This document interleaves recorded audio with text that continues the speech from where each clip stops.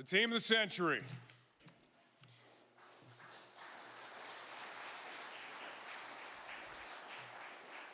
We are lucky enough to have three individuals with us today instrumental in putting together the team of the century. Please welcome the director of the team of the century, Andy Stewart, the executive producer and captain of the London Knights 2005 team, Danny Severette, and producer Paul Culleton. If we could have you come forward to the stage, we'll have a little question and answer session.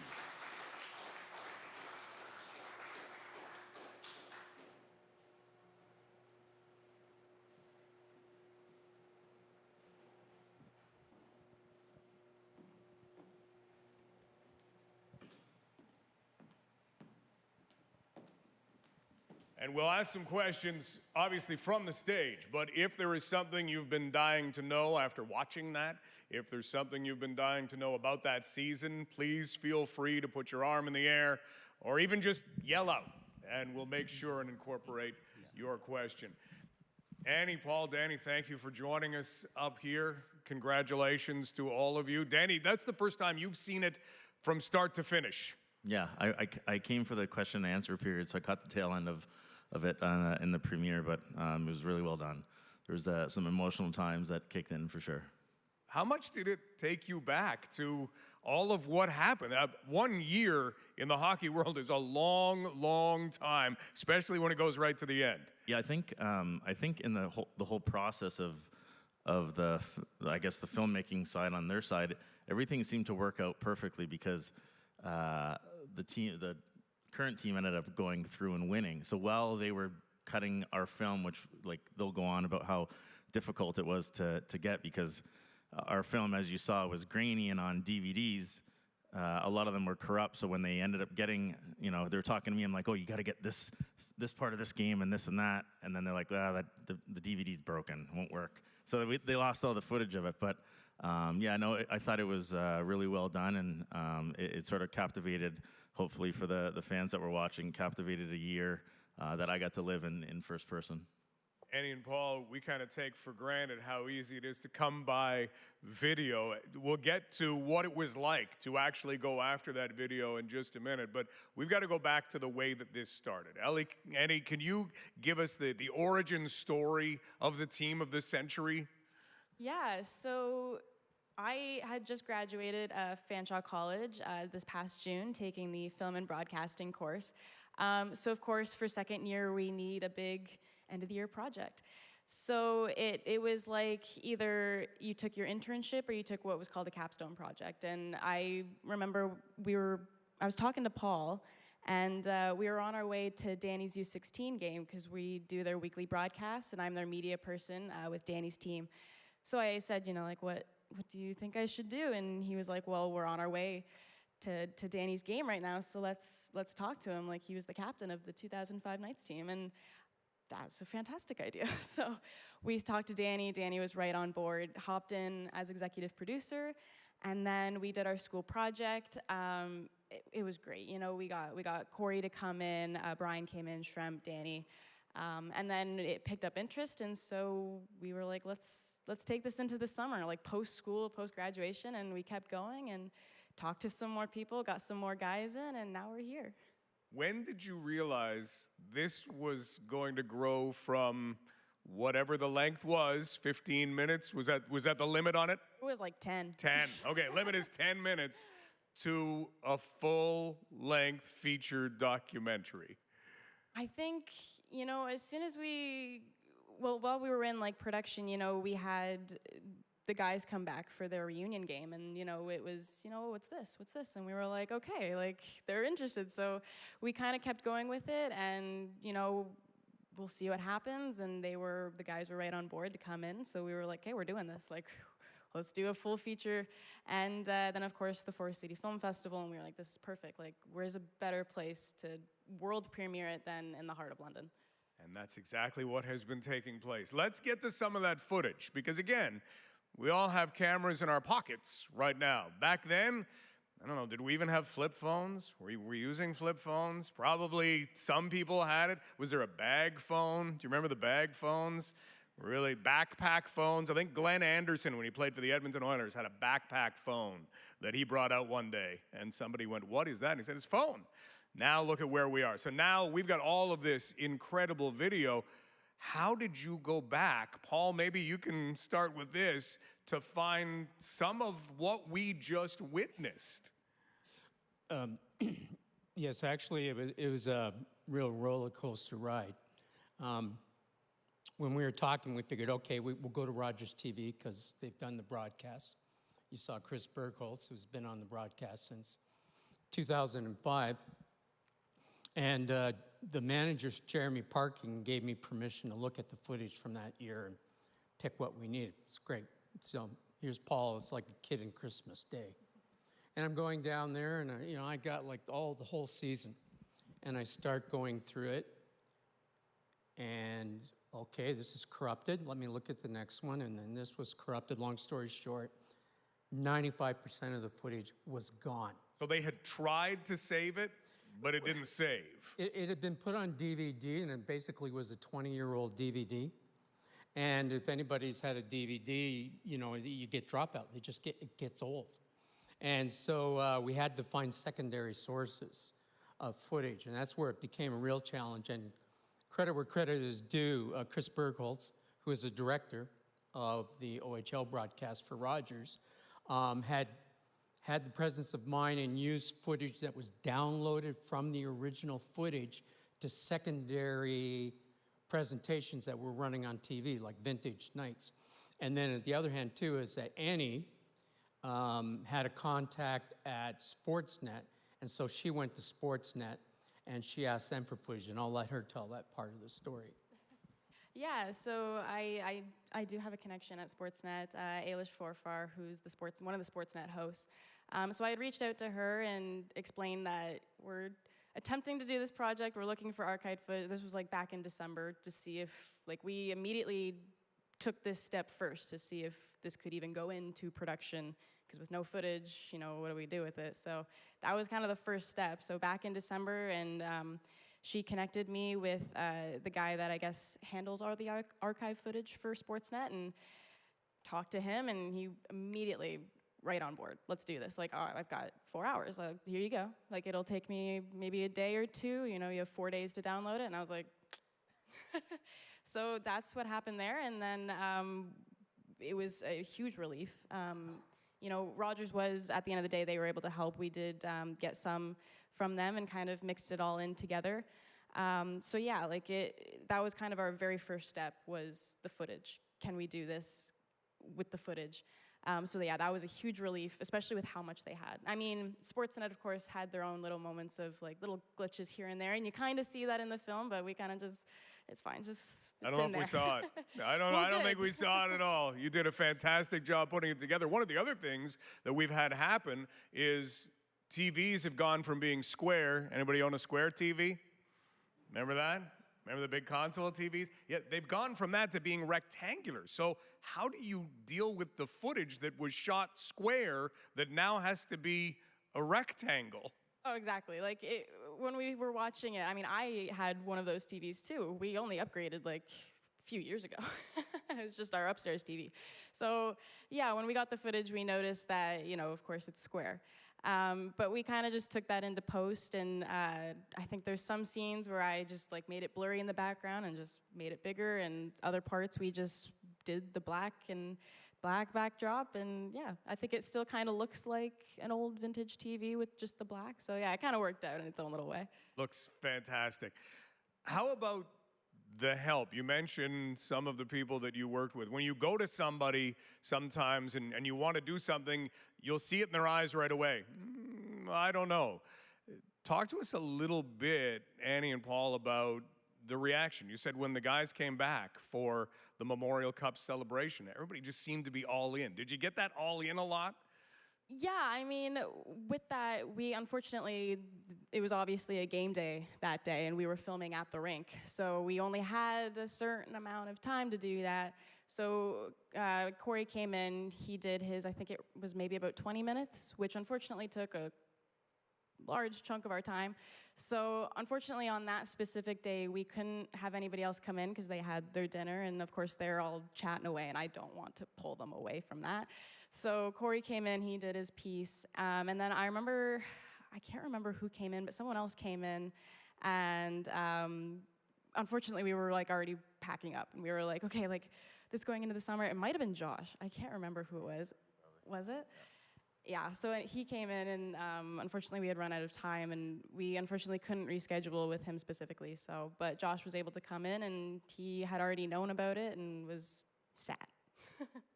The challenges of putting something like this together. Paul, there's such a great segment on Don Brankley. Yeah. Talk to us about putting that in. I felt that was extremely important. One of the things that really came across to me when we were creating this was the notion that the Knights were very much a family. And Don Brankley was a huge part of that Knights family of the time, as you could tell by what the guys said. So we thought it was very, very important to do something on him and to profile him, because that he was dad, as Corey would say. And the guys were very emotional about it. You know, and at this point, I'm going to throw it to Danny because, you know, Danny was there. I mean, he dealt with Branks. So what did it mean to you to have Branks? Yeah, like that's what I touched about, like getting teary-eyed.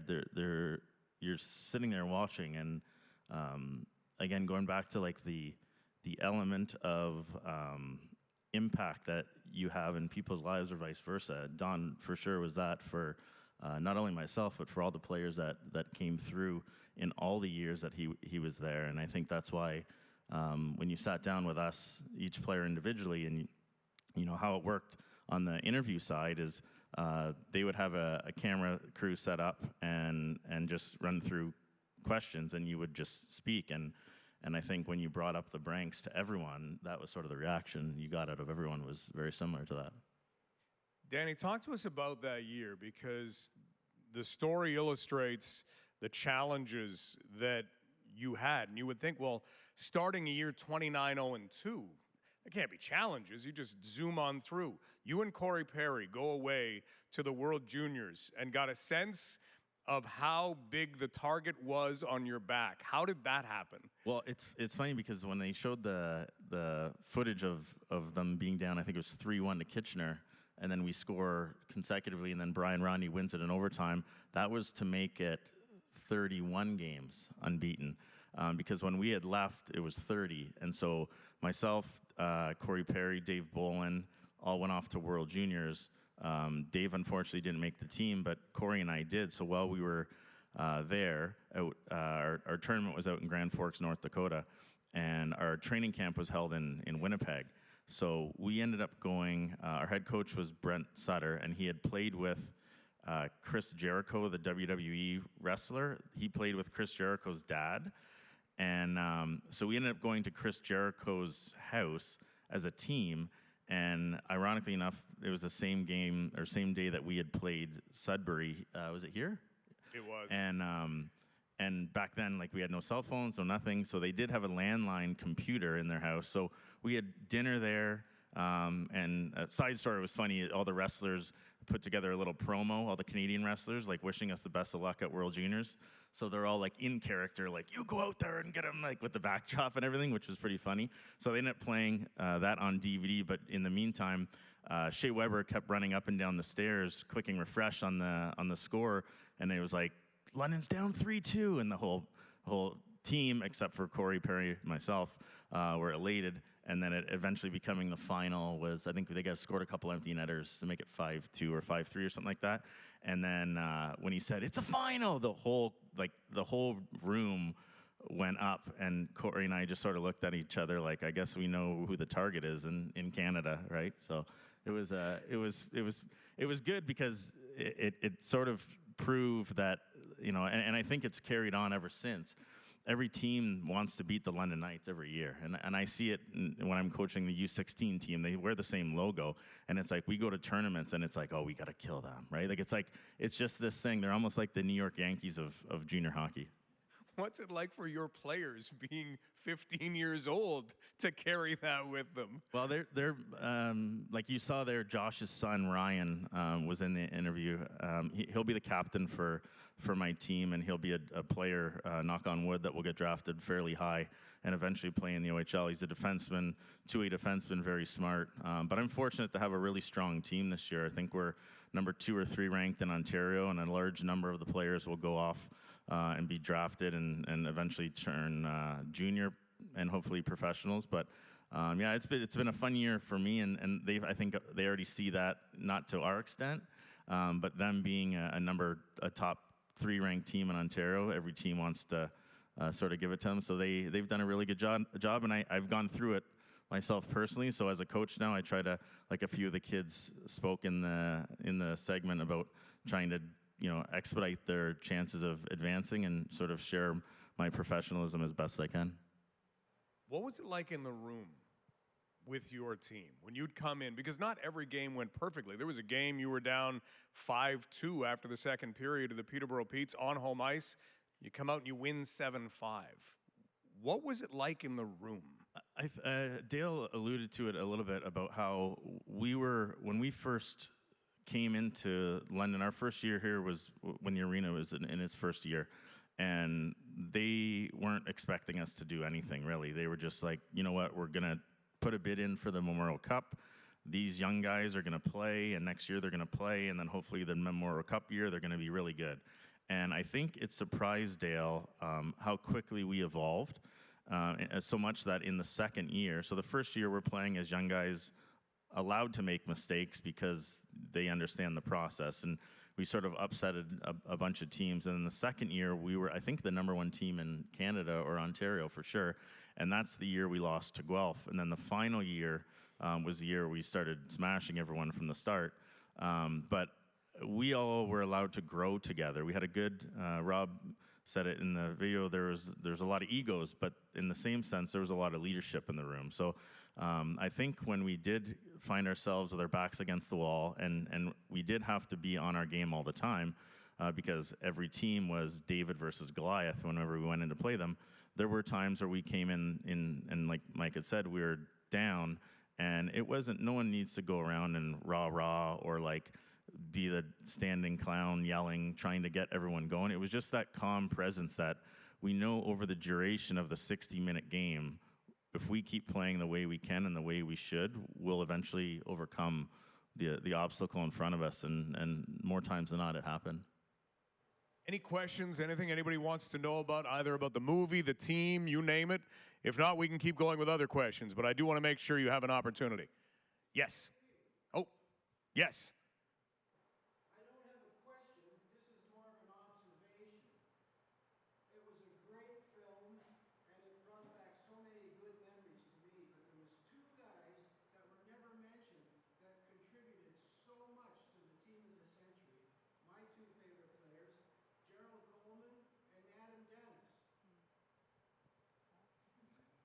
You like the goaltenders, obviously. We did, so like Annie had said, this was a school project to start, and then it ended up evolving into a documentary, and a large portion of the documentary was relied upon the players that are in here locally, and the ones that Annie and Paul tried to get when we came in for the reunion was sort of cut short, because when you start talking to a hockey player about memories, that 8-minute window on each player turns into, like you said with Corey Perry, 20, 25 minutes. So it ends up pushing everyone back. So unfortunately, the players that had come in from out of town, we were unable to get them the footage of them in person, and then we had to sort of revert back to the players that are locally or that can easily drive into town. But there was no purpose for us to not have certain players speaking. We wanted to get everybody in. It's just the timeline that we were sort of crunched on, that window, we didn't have enough time for players. Corey had come back from Edmonton, so he was at the forefront of it, and Dan Girardi was out of town. We tried to get him. We couldn't. We were lucky that Mark Mathot was able to do it virtual for us, but the other players were all local. But there was no purpose for us not having certain players because both players were integral parts to our team. Actually, Adam Dennis, funny story with him is that we ended up breaking the streak of the longest unbeaten record to start a year in a teddy bear toss game that was 0-0. And the two goalies in it were Adam Dennis and Gerald Coleman. Gerald was our goalie, Adam Dennis was Guelph's. Adam Dennis the year before was was a large reason why we didn't win and advance ourselves to the Memorial Cup.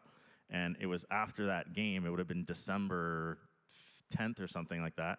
The deadline, I think, is the first week of January. It was after that I think Mark and Dale sort of sat around the boardroom table and they're like, we're not letting this guy beat us again. So they ended up trading for him. And then there's another story about Adam the night before the Memorial Cup final because the goaltenders had switched back and forth a lot. So anybody could have started the Memorial Cup final, either Adam or Gerald. And Dale Hunter is sitting inside his coach's office. And at that time, it was right inside the door to the dressing room. And it was kind of late at night. And Dale looks up and somebody's walked past. And he thought it was Chris Matten, the equipment manager, going to adjust something. Or just, Matt's always makes the room look extra special. So he was going in to do just that. And what happened was, it wasn't Matt's, it was Adam Dennis. And Adam kind of walked by the door one more time, and Dale caught his eye, and Dale said, Denny, everything all right? And Adam said something to the effect, the Hollywood of it is, if you put me in the net tomorrow, we'll win the Memorial Cup. And Dale wrote down on his lineup card right there, number 28, Adam Dennis, to start in goal for the London Knights. We had another question in the middle here.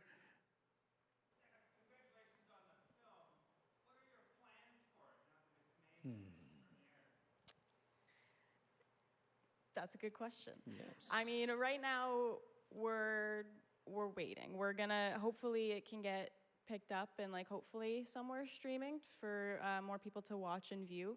But yeah, still figuring out those logistics for right now. Annie, talk to us about last year, because as you were making the film, you're watching another London Knights team go all the way to the OHL Championship, go all the way to the Memorial Cup, win the Memorial Cup. How did you balance including them in the way that you did to tell the story? Yeah, that was quite the fairy tale ending. We, of course, had to include that in some way. So that ended up being our ending to bring back 20 years later. You know, we're celebrating the 20th anniversary, and 20 years later they do it again. So it made the project really special and just that extra, because we were filming as that was happening. So, you know, I remember during the Memorial Cup run, it was like, they gotta win it. They gotta win it. You know, they gotta help us conclude this. And of course they did it.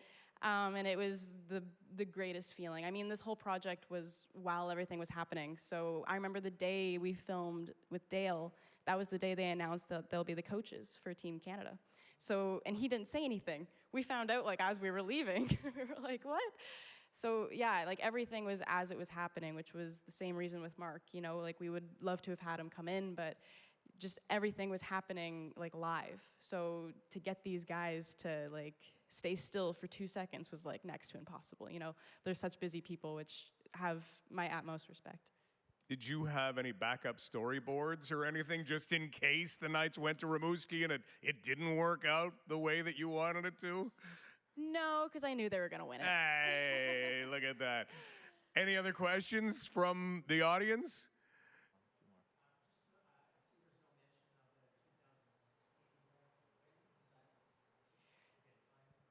Time and again, like footage, you know, like 2013 as well, doing their OHL playoff run.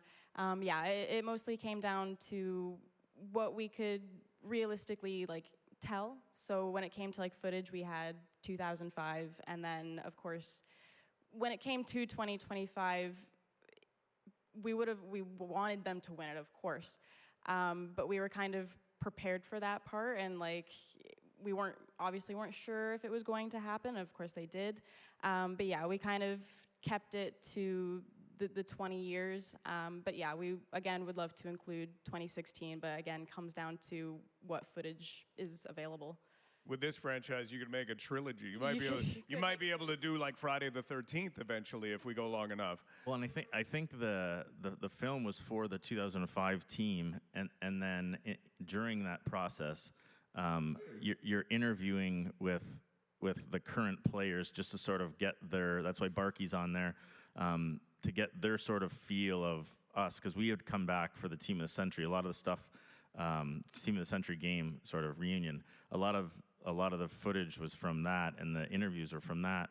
And so we had talked to him about sort of how is that to see all these players come back, and so there was already the organic footage of the current players, and then it just so happened that they ended up going on and winning. So our 20-year anniversary of coming back coincided with them winning as well. And those shots, Annie, that you put together of the 05 team and the 25 team, to the 05 team, the 25 team, where did that come from?